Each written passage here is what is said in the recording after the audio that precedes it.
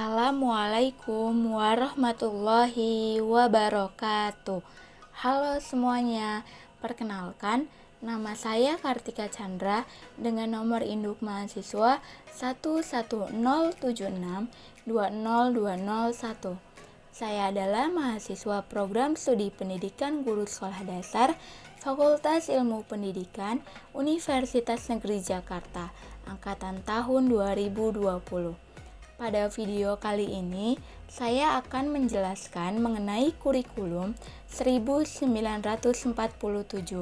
Video ini saya buat untuk memenuhi salah satu tugas mata kuliah, yaitu pengembangan kurikulum sekolah dasar dengan dosen pengampu Bapak Dr. Otip Satibi Hidayat, MPD.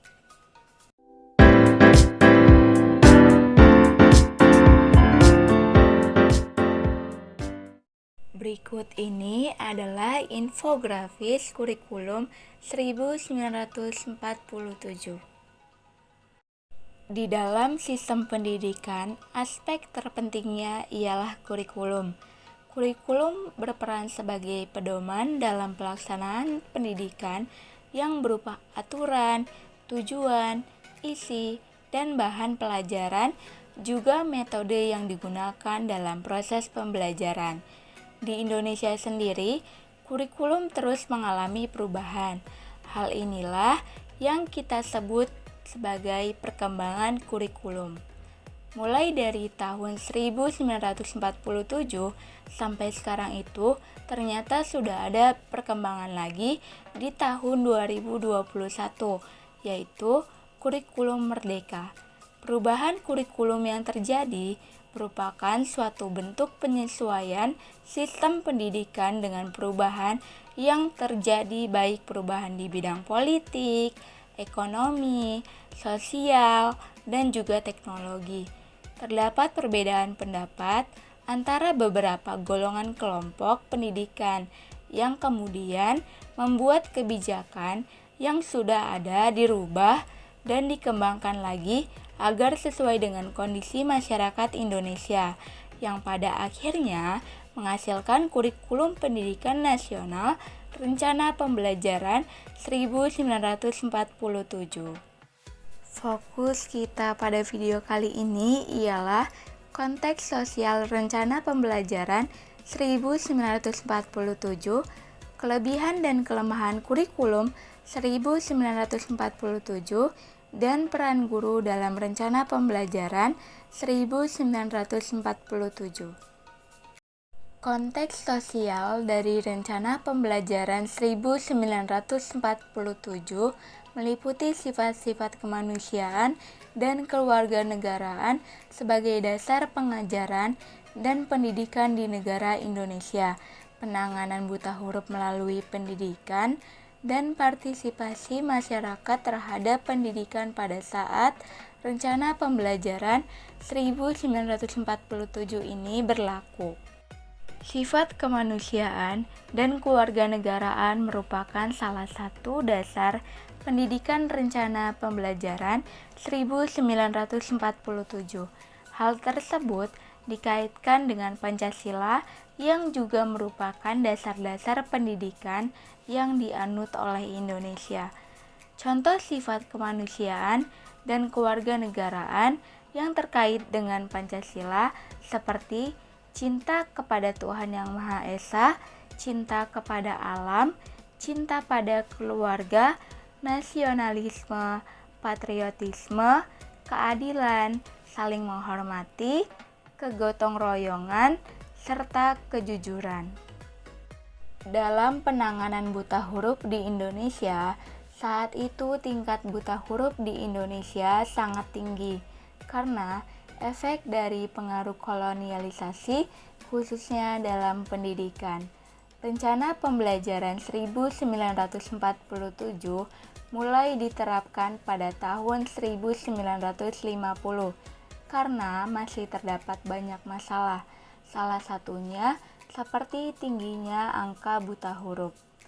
Berikut adalah data persentase penduduk Indonesia yang mengalami buta huruf menurut sensus tahun 1930. Melihat tingginya angka buta aksara, pemerintah mulai mencanangkan program pendidikan untuk memberantas masalah yang dialami oleh masyarakat Indonesia tersebut. Berdasarkan pasal 30 Undang-Undang Dasar Sementara 1950 menyatakan bahwa tiap warga negara Indonesia berhak memperoleh pendidikan dan tidak ada pembatasan kecuali pengawasan. Pemerintah membangun sekolah dasar dengan harapan pendidikan dasar terbuka untuk setiap orang tanpa memandang kedudukan. Kebijakan pemerintah ini disambut baik oleh masyarakat Indonesia. Pada tahun 1945, sejak awal kemerdekaan pun, pemberantasan buta huruf sudah mulai dilaksanakan, yang dikenal dengan kursus ABC. Saat itu, pemerintah menangani melalui bagian pendidikan masyarakat, Kementerian Pendidikan, Pengajaran dan Kebudayaan.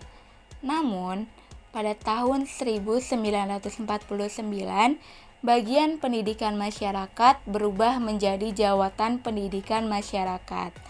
Kemudian, selanjutnya pada tahun 1951, direncanakan sebuah program 10 tahun pemberantasan buta huruf. Program ini bertujuan agar masyarakat Indonesia yang mengalami buta huruf dapat terselesaikan dalam jangka waktu 10 tahun. Pada tahun 1960, sekitar 40% masih terdapat orang dewasa yang buta huruf. Presiden memberikan komando untuk menuntaskan buta huruf sampai tahun 1964 dan pada akhirnya pada 31 Desember 1964 penduduk Indonesia usia 13 sampai 45 tahun dinyatakan telah terbebas dari buta huruf. Namun, karena tidak ada pembinaan lanjutan dan langkanya bahan bacaan, di samping banyak aksarawan baru menjadi buta huruf kembali, juga ditambah anak usia SD yaitu usia 6 sampai 12 tahun yang tidak sekolah dan putus SD kelas 1, 2, 3 yang diasumsikan rawan buta huruf, maka buta aksara kembali muncul. Tahun 1966 sampai tahun 1970 dikembangkan PBH fungsional.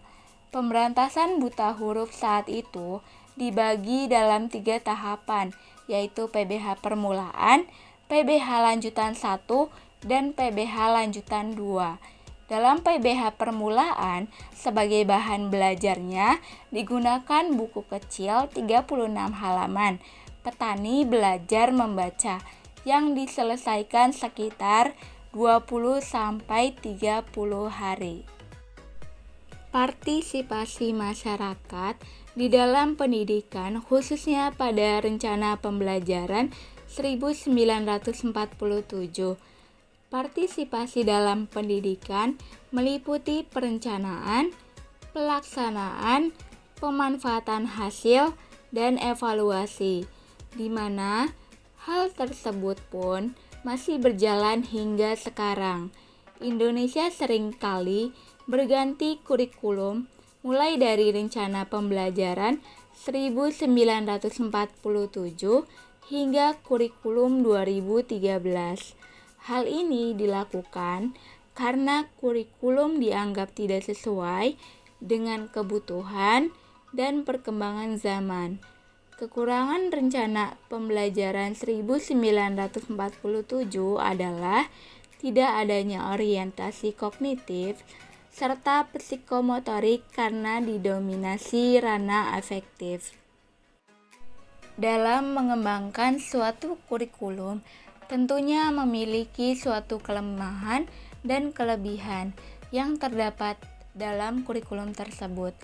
Beberapa kelebihan dari kurikulum 1947 yaitu yang pertama, mencerminkan kesadaran sebagai bangsa yang berdaulat, dan mendudukan pendidikan sebagai faktor penting dalam memperkokoh berdirinya negara Indonesia melalui persatuan dan kesatuan untuk mengusir penjajah.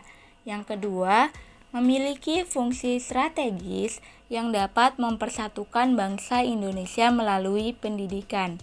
Yang ketiga, mengadopsi pengalaman pendidikan Indonesia yang telah lalu dari penjajahan sehingga dapat memudahkan penyusunan kurikulum. Kemudian, yang keempat, disusun dengan landasan filosofis masyarakat Indonesia sebagai suatu sistem yang dapat menentukan arah hidup serta menggambarkan nilai-nilai apa yang paling dihargai dalam hidup berbangsa dan bernegara.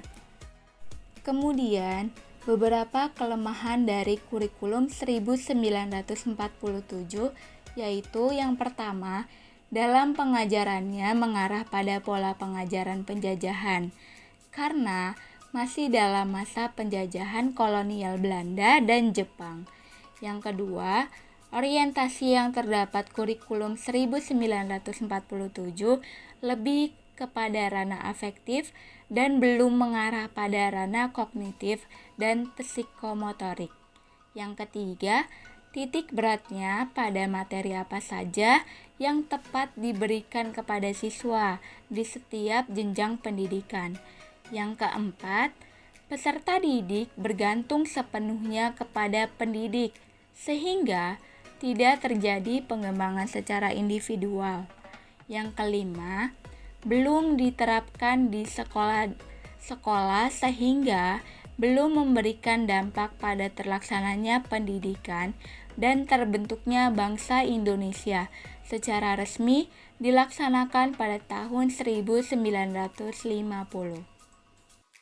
Peran guru dalam rencana pembelajaran 1947.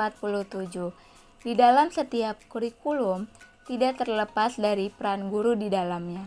Begitu juga dengan rencana pembelajaran 1947. Rencana pembelajaran ini dibuat karena tidak ingin lagi berasaskan dengan kurikulum kolonial Belanda.